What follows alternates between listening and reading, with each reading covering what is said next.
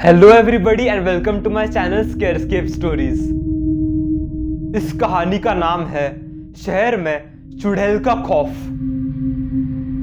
एक सोसाइटी में उस चुड़ैल के बारे में लोग खूब बातें करते थे, जिसकी वजह से लोगों के अंदर उसका खौफ पैदा हो गया था।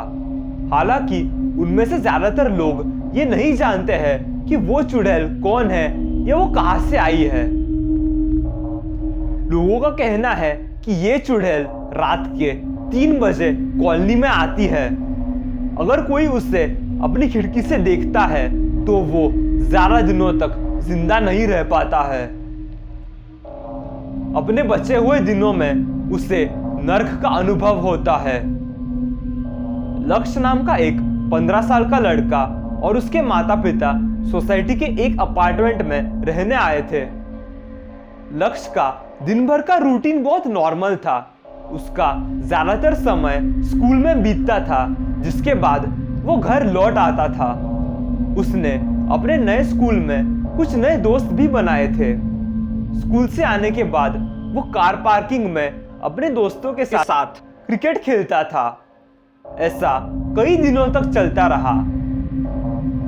एक शाम लक्ष्य और उसके दोस्तों ने अपना मैच खत्म किया और फिर सब बच्चे पानी पीने लगे।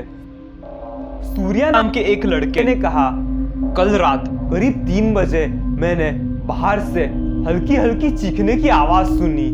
जब मैं उठा तो मैंने पर्दे खोलने की कोशिश की, तभी अचानक मेरी बड़ी बहन ने पीछे से आकर मुझे अंदर खींच लिया।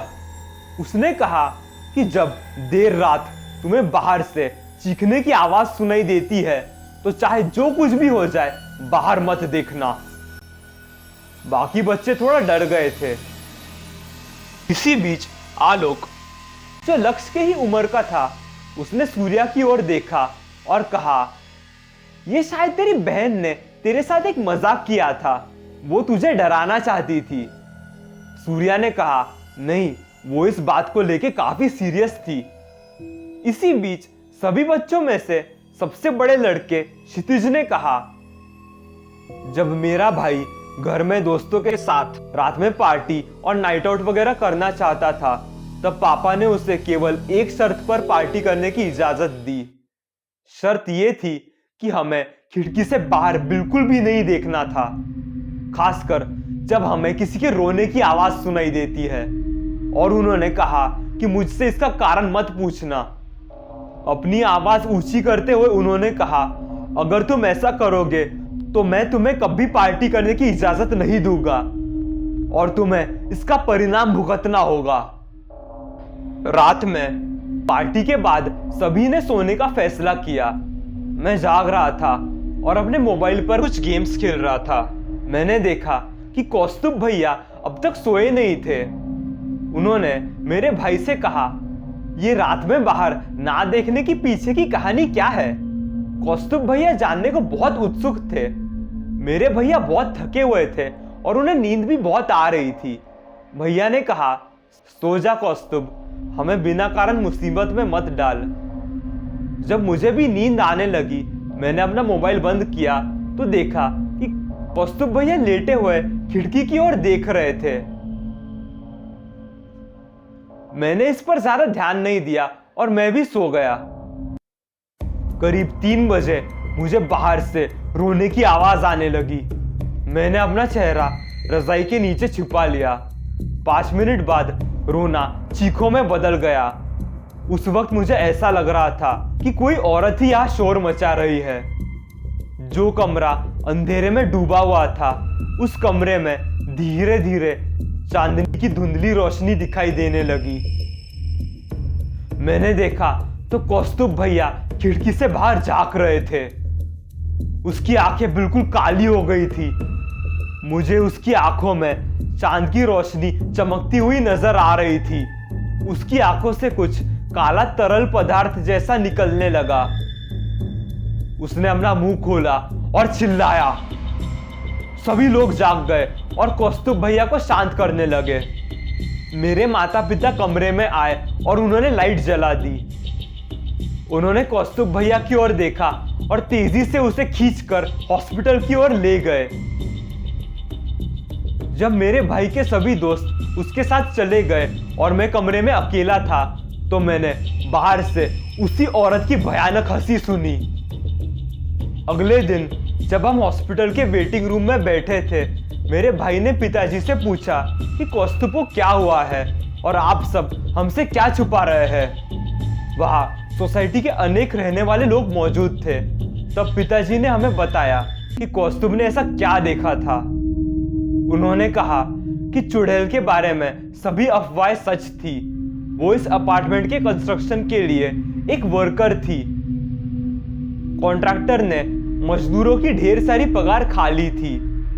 कुछ मजदूरों को तो ना के बराबर पगार मिलता था। ज्यादा घंटे काम करने से और भूख के वजह से वो मर गई थी। तब से उसका भूत रात में लगभग 3 बजे यहाँ घूमता है। अगर कोई उसे अपनी खिड़की से भी देख लेता है तो वो अगले 48 घंटों के भीतर मर जाता है। सोसाइटी के लोगों ने कौस्तुभ को बचाने के लिए एक तांत्रिक को भी बुलाया था। उसने अपने सभी तरीके आजमाए, लेकिन कौस्तुभ को नहीं बचा सका। कौस्तुभ अब हमारे बीच नहीं है। तब से हमारे माता पिता ने हमें रात में ना जागने और खासकर उस चुड़ैल को ना देखने की चेतावनी देते हैं। उन्होंने इस बात को सबसे छुपाए रखा। वो तुम सबको डराना नहीं चाहते थे, क्योंकि तुम सभी इसके लिए बहुत छोटे हो। लक्ष्य अपने घर वापस चला जाता है और उसके मन में उस चुड़ैल के बारे में कई विचार आ रहे थे। वो सोच रहा था अगर उसकी नजर उस चुड़ैल पर पड़ी तो क्या उसका भी वही हाल होगा जो कौस्तुभ का हुआ था। वो अपना होमवर्क पूरा करता है। रात का खाना खाकर और टीवी देखने के बाद वो सोने की तैयारी करता है। अपने बिस्तर पर लेटे वो सोच रहा था कि क्या आज खिड़की से बाहर झांककर उस चुड़ैल को देखा जाए। उसने कौस्तुभ के दुखद अंत के बारे में सोचकर ऐसा ना करने का निश्चय किया। रात करीब 3 बजे लक्ष्य को बाहर से कौस्तुभ की आवाज सुनाई देती है। लक्ष्य तीसरी मंजिल पर रहता था। उसने, बचाओ, मेरी मदद करो, मुझे बहुत दर्द हो रहा है, मुझे बचाओ वरना वो मुझे मार डालेगी, जैसी चीखें सुनी। लक्ष्य हैरान हो गया। वो सोच रहा था कि बाहर जाना चाहिए या नहीं। उसे मन ही मन डर लग रहा था कि अगर वो चुड़ैल मुझ पर हमला कर दे तो। आखिरकार वो धीरे से उठा और उसने बाहर झांकने का फैसला किया। उसने अपनी खिड़की से झांक कर देखा। सड़क पर किसी का नामो निशान नहीं था। वो उस सड़क को बारीकी से देख रहा था। उसने देखा कि सड़क के बीचों बीच एक डरावनी बूढ़ी औरत खड़ी है। उस औरत ने काले रंग का गाउन पहना हुआ था। तीसरी मंजिल पर स्थित अपने कमरे में से उसे लग रहा था कि वो औरत उसे ही देख रही है। उसके दिल की धड़कन एक क्षण के लिए रुक गई और उसके रोंगटे खड़े हो गए। ऐसा लग रहा था मानो वो मुस्कुरा रही है। लक्ष्य तुरंत खिड़की के नीचे छुप गया। उसे विश्वास ही नहीं हो रहा था कि उसने जो देखा क्या वो सच था। करीब 2 मिनट बाद उसने ये सुनिश्चित करने के लिए एक आखिरी बार देखने का फैसला किया। उसने देखा कि वो चुड़ैल अभी भी वही है और वो उसे ही देख रही है। उस चुड़ैल ने अपना हाथ उठाते हुए अपनी उंगली से उसकी ओर इशारा किया। लक्ष्य जल्दी से अपने बिस्तर पर कूद गया और सोने की कोशिश करने लगा। उसे रात भर अच्छी नींद नहीं आई और वो सुबह कांपते हुए उठा। उसने अपने माता पिता से कहा कि उसकी तबीयत खराब है और वो स्कूल नहीं जाना चाहता है, लेकिन उसके माता पिता ये कहते हैं कि स्कूल नया है और यहाँ अटेंडेंस अच्छी होनी चाहिए, इसलिए उसे ना चाहकर भी स्कूल जाना पड़ा। वो स्कूल पहुंचता है। असेंबली हॉल में सभी लोग स्कूल के स्पोर्ट्स बॉय सैंडी के फार्म हाउस पर उसके जन्मदिन की पार्टी के बारे में एक दूसरे से बात कर रहे थे। लक्ष्य इस बातचीत पर बहुत कम ध्यान दे रहा था। वो उसी चुड़ैल को फर्श पोंछते हुए देखता है। उस चुड़ैल की आंखों की जगह 2 काले गड्ढे थे। उसने अपने नुकीले दांत दिखाते हुए अपना मुंह खोला। लक्ष्य चिल्लाता है। कई स्टूडेंट्स उसकी ओर देखते हैं। लक्ष्य फिर से वहां देखता है, लेकिन इस बार वहां कोई और नौकरानी थी जो फर्श साफ कर रही थी। लक्ष्य तुरंत क्लासरूम की ओर भागता है।